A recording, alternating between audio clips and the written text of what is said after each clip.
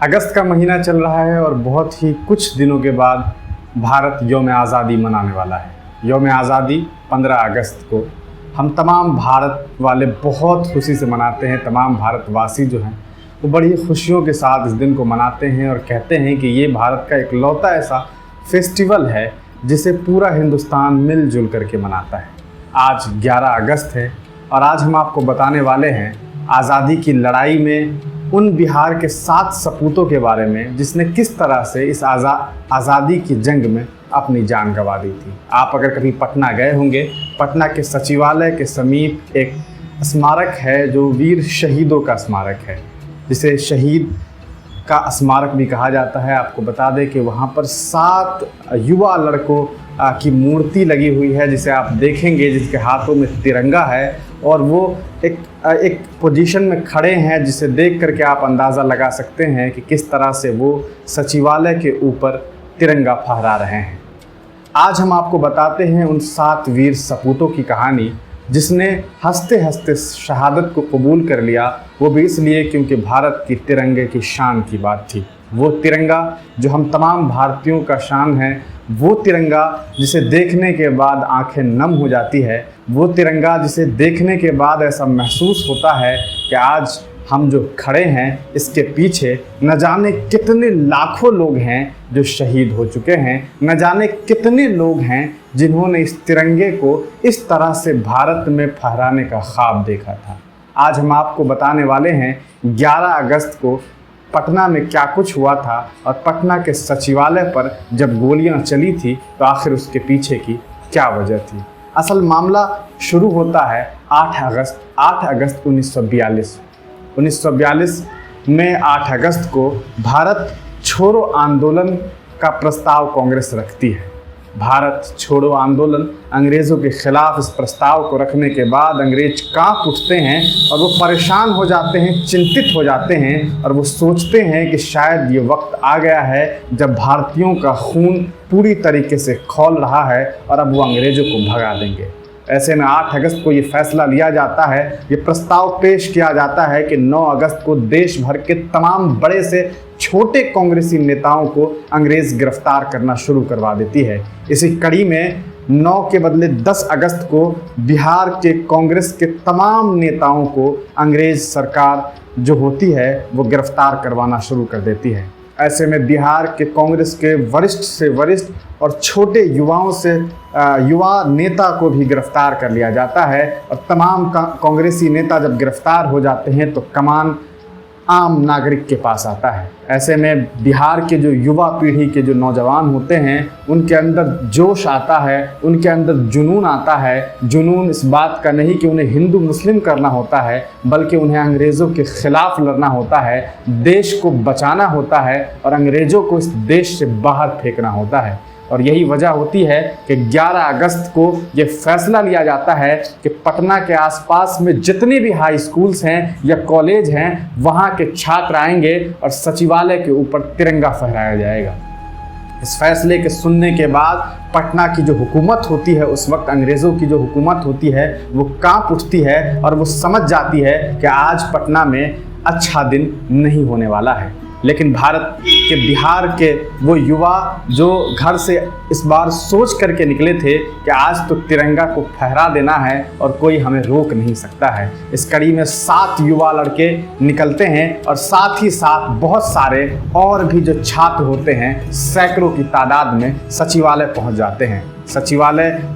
के पास जीपीओ गोलंबर के पास सबसे पहले ये लोग पहुंचते हैं। वहाँ पटना हाई स्कूल्स के तमाम जो स्कूल्स होते हैं वहाँ के छात्र पहुंचते हैं। आपको बता दें कि गोरखा सैन्य पुलिस जो है वो वहाँ पर मौजूद हो जाती है और गोरखा सैन्य पुलिस को ये जिम्मेदारी दी जाती है कि वो किसी भी तरह से इन तमाम छात्रों को रोकेंगे और सचिवालय के ऊपर झंडा नहीं फहराया जाएगा। लेकिन छात्र पूरी तरीके से इस बात पे अटल रहते हैं कि वो झंडा फहराएंगे और पूर्वी गेट पर ये तमाम जो लोग हैं वो जमा हो जाते हैं और तमाम छात्र वहाँ से झंडा फहराने की कोशिश करने के लिए लग जाते हैं। ऐसे में वहाँ पटना के मौजूदा जो आईजी होते हैं वो वहाँ पहुँचते हैं, डीआईजी पहुँचते हैं और उस वक्त के जो डीएम होते हैं आर्चर वो भी वहाँ पहुँचते हैं और वो समझाने की कोशिश करते हैं छात्रों को कि देखो इस तरह से ना करो वरना तुम लोगों के ऊपर फायरिंग करवा दी जाएगी। लेकिन पटना के वो नौनिहाल जो आज सोच करके आए थे कि हमारी खून जाएगी तो जाएगी लेकिन भारत का तिरंगा जो है वो लहरा दिया जाएगा, और उनकी हिम्मत के सामने ये पुलिस पस्त होती दिखाई देने लगी और इन लोगों ने हल्ला बोलना शुरू कर दिया और धीरे धीरे ये लोग सचिवालय के अंदर जाना शुरू कर दिए। उत्तरी गेट से कुछ छात्र जैसे ही अंदर गए तो पुलिसकर्मी वहाँ पहुँची, जो गोरखा सैन्य पुलिस थी वो वहाँ पहुँची और उन लोगों ने उत्तर दिशा में जैसे ही और दक्षिण दिशा में जैसे ही ये लोग पहुँचे कि पुलिसकर्मी वहाँ पहुँच करके लाठीचार्ज करना शुरू कर दिए और लाठीचार्ज करने का ऑर्डर उस वक्त के डीएम आर्चर ने दिया था। उसके बाद जो उत्तरी और दक्षिणी गेट पर पुलिसकर्मी गए तो पूर्वी गेट जो था वहाँ से पुलिस जो थी सैन्य बल जो थी वो वहाँ कम हुई और वहाँ से जो है फाटक चूँकि चारों तरफ का बंद कर दिया गया था, लेकिन राम गोविंद सिंह जो हैं वो किसी तरह अंदर एंटर कर जाते हैं और वो झंडा फहराने के लिए आगे बढ़ जाते हैं और पूरी हिम्मत के साथ वो आगे बढ़ते हैं। उस वक्त के जो एसडीओ होते हैं गया प्रसाद वो भी आते हैं और उन्हें ये कहा जाता है, उन लोग मिलजुल करके ये कहते हैं कि पूर्वी गेट पर झंडा फहराने को वो लोग तैयार हो जाते हैं कि चलो ठीक है तुम लोग पूर्वी गेट पर झंडा फहरा लो। लेकिन इस आदेश को छात्र नहीं मानते हैं और वो कहते हैं कि ऐसा नहीं होगा, हम सचिवालय के मेन गेट पर झंडा फहराएंगे।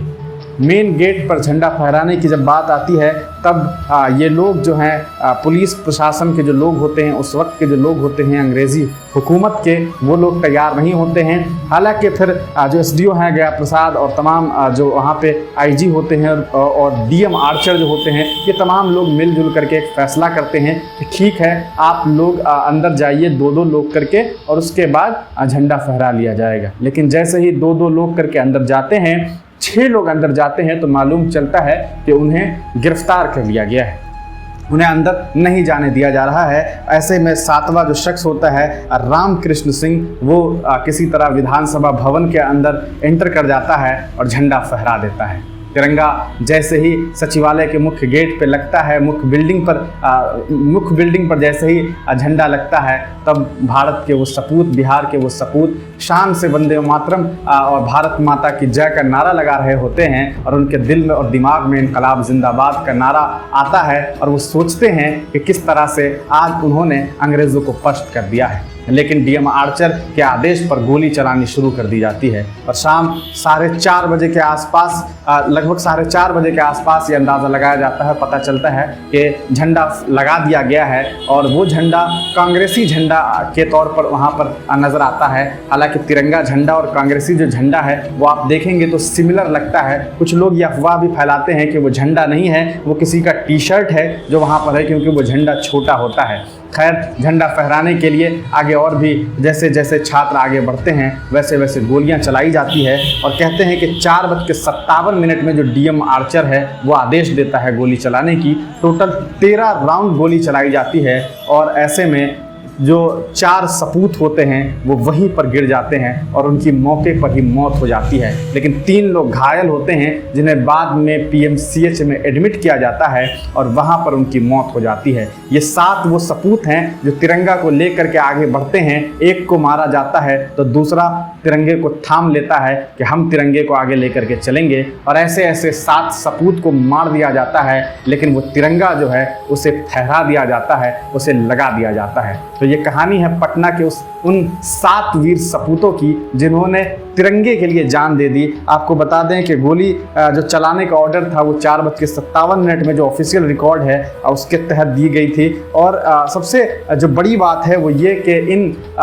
7 सपूत ने जिस तरह से जान दी, और वो जो 7 सपूत है उसमें लगभग जितने बच्चे हैं वो सब के सब नाबालिग थे। 14 साल किसी की उम्र थी, किसी की 15 साल उम्र थी, और जो कमान संभाले हुए आगे लड़ाई लड़ रहा था वो महज 14 साल का लड़का था। सोच सकते हैं आज की इस पीढ़ी के जो नौजवान बच्चे हैं वो क्या कर रहे हैं। और देवी पद चौधरी उस बच्चे का नाम था जो 14 वर्षीय था। वही कमान संभाले हुए आगे बढ़ रहा था और उसी ने ये फैसला लिया था कि हम सब मिल करके तिरंगा लगाएंगे और आगे जा करके सचिवालय पर तिरंगा को फहरा देंगे। कहा जाता है कि जब ये तमाम चीज़ें हो गई उसके बाद पीएमसीएच में जब एडमिट किया गया तो वहाँ से जो बॉडी है उनका पोस्टमार्टम होने के बाद नहीं दिया जा रहा था। तब कांग्रेस के कुछ नेता थे, उन्होंने विरोध किया, उन्होंने प्रदर्शन किया, जिसके बाद 12 तारीख को मतलब अगली ही सुबह उन तमाम 7 शहीदों की बॉडी उनके परिजनों को दे दी गई थी। हालांकि जो पूरा जो पीएमसीएच का एरिया था वो छावनी में तब्दील हो गए थे। तमाम जो परिजन थे, युवा पीढ़ी के जो लोग थे वो वहाँ पहुँच गए थे। तो ये उन 7 वीर शहीद की कहानी है जिनका स्मारक आज पटना के सचिवालय भवन के पास लगा है। जहाँ आप जाएंगे तो अब इस किस्से और कहानी को जानने के बाद आपका भी सीना तन जाएगा और आप भी सोचेंगे और सलाम करने के लिए मजबूर हो जाएंगे। आपको उन सपूतों का नाम बता दूं, एक का नाम उमाकांत प्रसाद सिन्हा था, दूसरे रमानंद सिंह जी थे, तीसरे सतीश चंद्र थे, उसके बाद जगतपति कुमार थे,